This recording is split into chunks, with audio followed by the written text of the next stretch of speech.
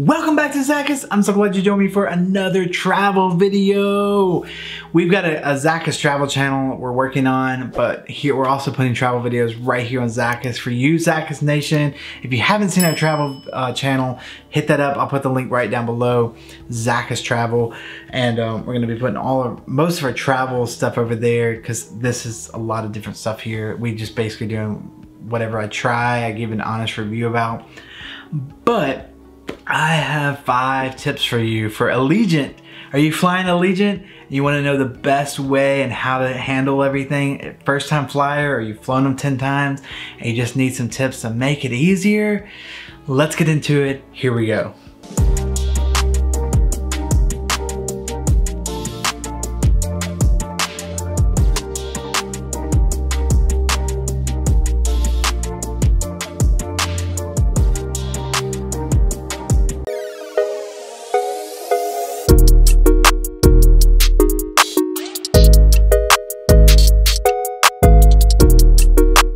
All right, guys, 5 tips. I'm gonna go through check-in, luggage and seating, security, boarding, snacks, charging, entertainment, and I've got a bonus for you don't wanna miss. Are you ready? This is gonna be an amazing trip. I actually really like Allegiant. I flew them for the first time out of Austin. They have like this little separate airport behind the big airport that used to be a private airport, and they fly Frontier and Allegiant and stuff out of there, and it's just really nice. I got a really cheap flight to Memphis and to Vegas, and just really like them. So number 1 is buying your ticket with Allegiant. Now Allegiant is a budget airline. If you haven't seen my Frontier and Spirit videos, they are a little tricky and sleight of hand is what I call it. But they do sometimes give you a really great deal, and sometimes they rip you straight off. I'm just gonna tell you. But it's all about ding, ding, ding, ding, ding. So when you buy your ticket, I highly recommend you buy it from Allegiant directly. Don't buy it from any third-party companies. That way, if you have any issues, you can deal with Allegiant directly, and it's faster, and they have the power to help you. Now, the tricky part is you see a flight for $49 round trip. Oh my goodness, it's amazing. Now, you can only take that flight if you find the right dates, the right time, and you're willing to take nothing with you and not have a seat, sit in the middle, or be randomly selected for whatever seat. This is not how most people want to fly. This is not how I want to fly. So then you have the upgrades. You get dinged for taking a carry-on. You get dinged for selecting a seat. You get dinged for a boarding pass. You get dinged for any little thing you do. If you want to take check luggage, you get dinged for each check luggage. And domestic airlines like Delta, American, United, the big boys, let you take up to 50 pounds, Southwest. But the budget airlines are shady. They change it. So sometimes it's 45, sometimes it's 40, sometimes it's 35, 37. So you have to be careful here, because if you go over that one little bit, they're gonna charge you outrageous amounts, 75 bucks or something crazy on top of the fee. Now Southwest does this. If you go over 50 pounds, they charge you $75, but that's because it's free for 2 check luggages. And come on now, they gotta like make sure you know, come on. But this is a different thing. They're gonna ding you, ding you, ding you for every little thing that you do throughout your checkout process. But once you get your ticket, and if you have a seat, you have your carry-on, you want to do a mobile boarding pass, because they will charge you for a paper boarding pass. You want a mobile, you want to download their app, you want to be logged in, and you check in just like any other airline 24 hours before your flight. So if your flight is Saturday at 6 p.m., on Friday at 6 p.m., you're going to check in. You don't have to, but I highly recommend it. You get that boarding pass on your phone, you get your seat, and you make sure that everything is solid and good to go. That is my recommendation. They don't have any like first class or upgrades or anything like that. All their seats are the same. You're just in it with everybody else, which is fine. Their seats are really comfortable. The 2 flights I took with them, or 3 flights, I've taken like 4 flights total with them, round trip, and all the planes were nice. The seats were nice. I mean, they don't lean back or anything, or you know, you don't get any entertainment in front of you or anything like that. But that's okay. I'm gonna talk about that in a minute. But overall, it's pretty good, and you're pretty solid if you get a good deal. I got some crazy good deals, even with my carry-on and picking a seat, and I was like really happy to fly them. And it was really easy to like park at that little airport there in Austin and get out and get in. And I've got a big bonus tip on this too that you're gonna really wanna know, so stay tuned for that at the end. Number 2 is security and boarding. You're gonna go through security just like any normal security. Austin, again, is really like this little tiny airport like you find in like a small city. It's just got like 2 gates, but Allegiant flies into big airports too, so you're gonna go through security like normal. There's no upgrades to like priority boarding, priority security or anything like that. So just go through security, get there a little early. Usually I recommend an hour before your flight, so you're sure to get through security, get to your gate, maybe a little bit before an hour.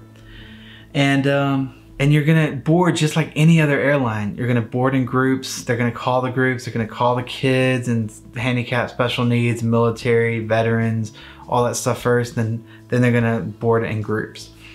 And you'll get on the plane and you'll be good to go. And that'll lead us into tip number 3. Before you get on the plane, hit a store up. There's even in that little tiny airport in Austin, there's stores there. You got to get a water and a snack. I recommend also getting a Coke or something as well, but do not miss this. I promise you, you will thank me for this. You need to be in control, because when you get on that flight, you lose all control, except for the decisions you made before you got on. You might get stuck there in that plane for hours. You may go up into the air and they say there's turbulence, we can't do drink service. You want to have a drink. You want to have a water. You want to have food. So you're in control if you're thirsty or hungry at any point during the event until you get off that plane. I'm telling you, personally, I've flown all over the world and all over the United States for years and years and years. For a solid year, I flew twice a week. And I know from personal experience that everything can happen without your warning or notice.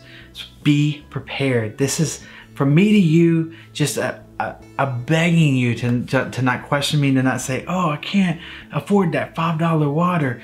I'm telling you, you're gonna be thanking me. You would pay $10 for that water if you're up in the air dying of thirst and can't get a drink. That time I sat on the tarmac for 4 hours, they didn't serve us 1 drop of water, not 1 ounce of food. I was so hungry and thirsty. It was late. I thought I was gonna get the drink service and stuff. I was counting on it. And I was just like, hold on, hold on. And I learned right then, I will always have a water.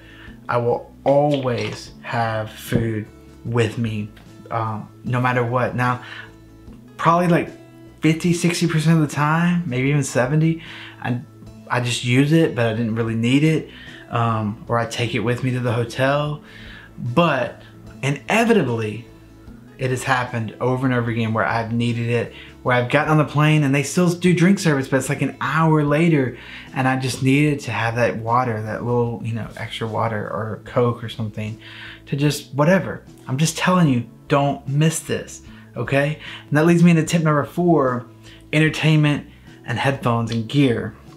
Now, another thing, Allegiant does not offer entertainment on the phone. So you need to go to your Hulu, Amazon Prime, HBO Max, whatever you use, and download movies, download TV, go to your Spotify or your Apple Music, download your music, your playlist, your albums, your songs you like, your podcasts, your audibles, download content you're gonna want. That way, if you're stuck for 3 hours or even while you're flying, you can enjoy and relax and drink your drink, eat your snacks, and watch your stuff, listen to your stuff. I can't tell you how many times I've gotten on a plane thinking their entertainment was free or that it was included or they were gonna have screens and been just sitting there for hours until I learned all this stuff the hard way. I promise you, you don't wanna miss this. I promise you, it is huge.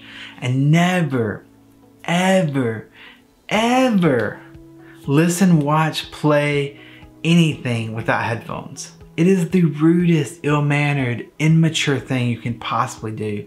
For years I flew and this was never a thing. Like, no one ever thought of doing anything other than that, listening to things on their headphones.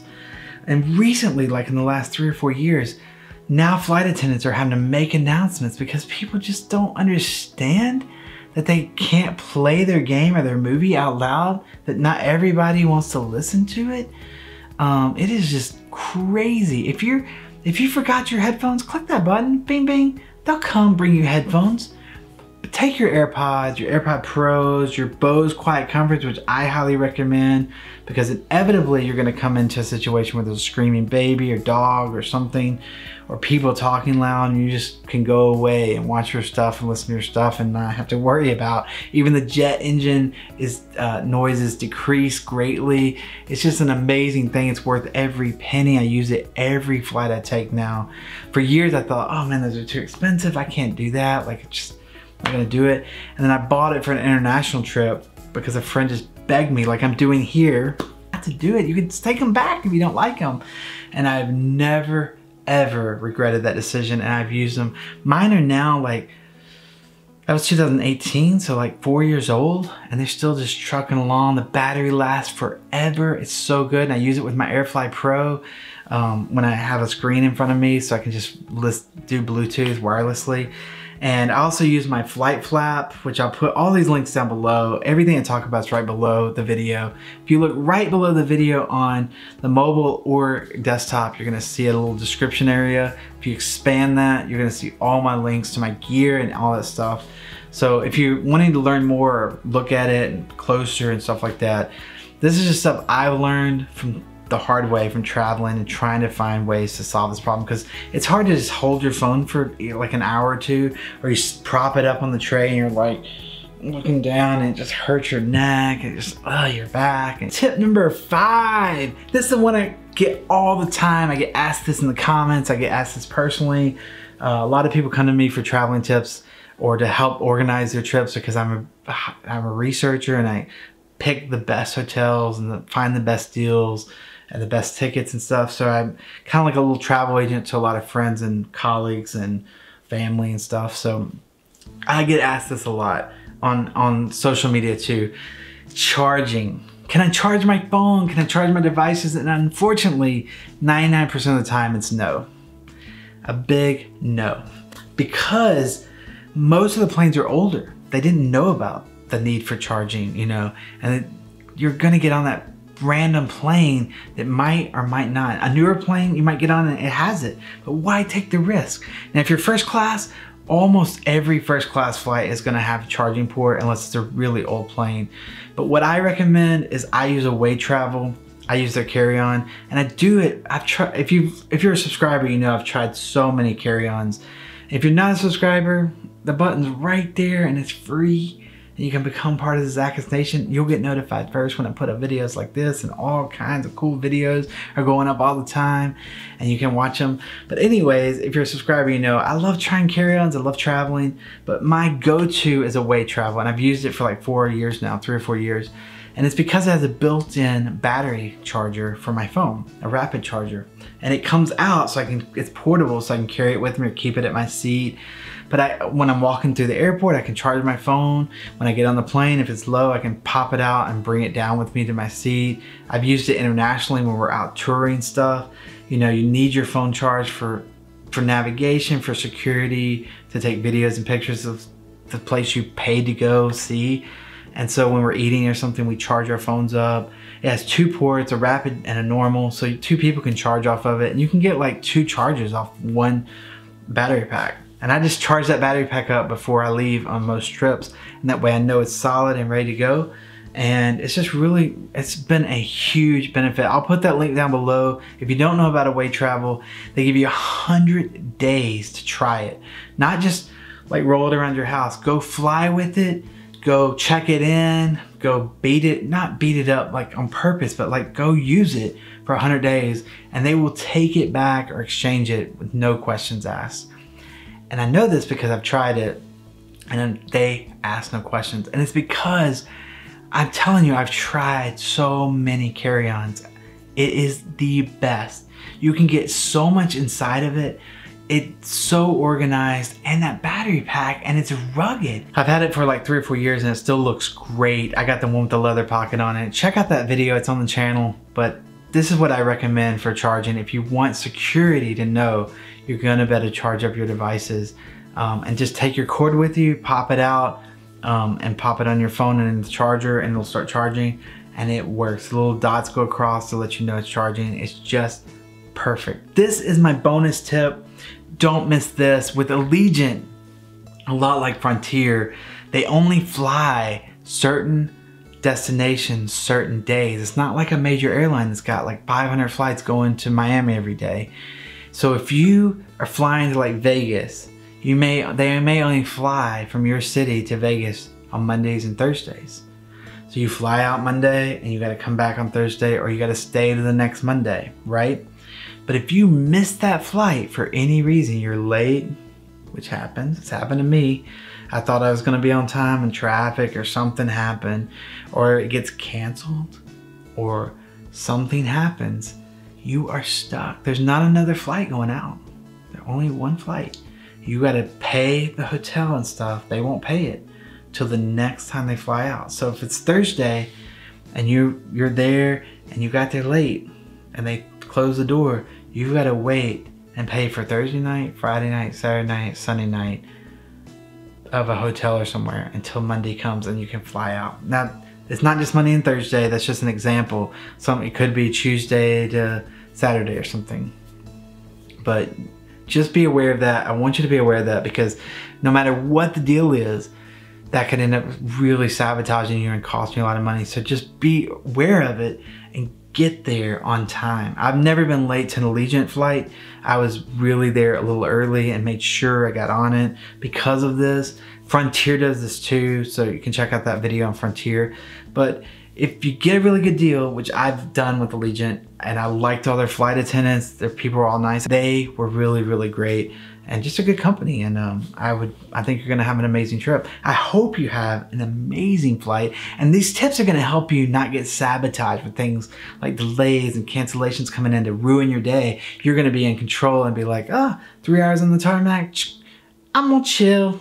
I'm gonna watch some TV, eat my chips and drink my Coke, while everybody else is wishing they had seen this video, okay?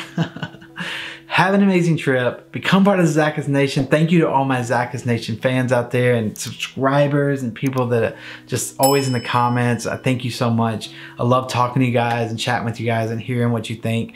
And I love seeing your beautiful faces wherever you are. I hope you know that you are beautiful and amazing, handsome, whatever it may be, and that you can do whatever you need or want to do. Just perseverance, focus, and determination, and you can make it happen. I will catch you in the next Zakis video. Peace. Sorry, could you say that? Good old Siri, good old Siri. I don't know why on the Apple Watches they put that there where you bend your wrist. Like, why not put the Siri button on the side where you're not gonna hit it all the time? Okay, that was just a little extra bonus tip.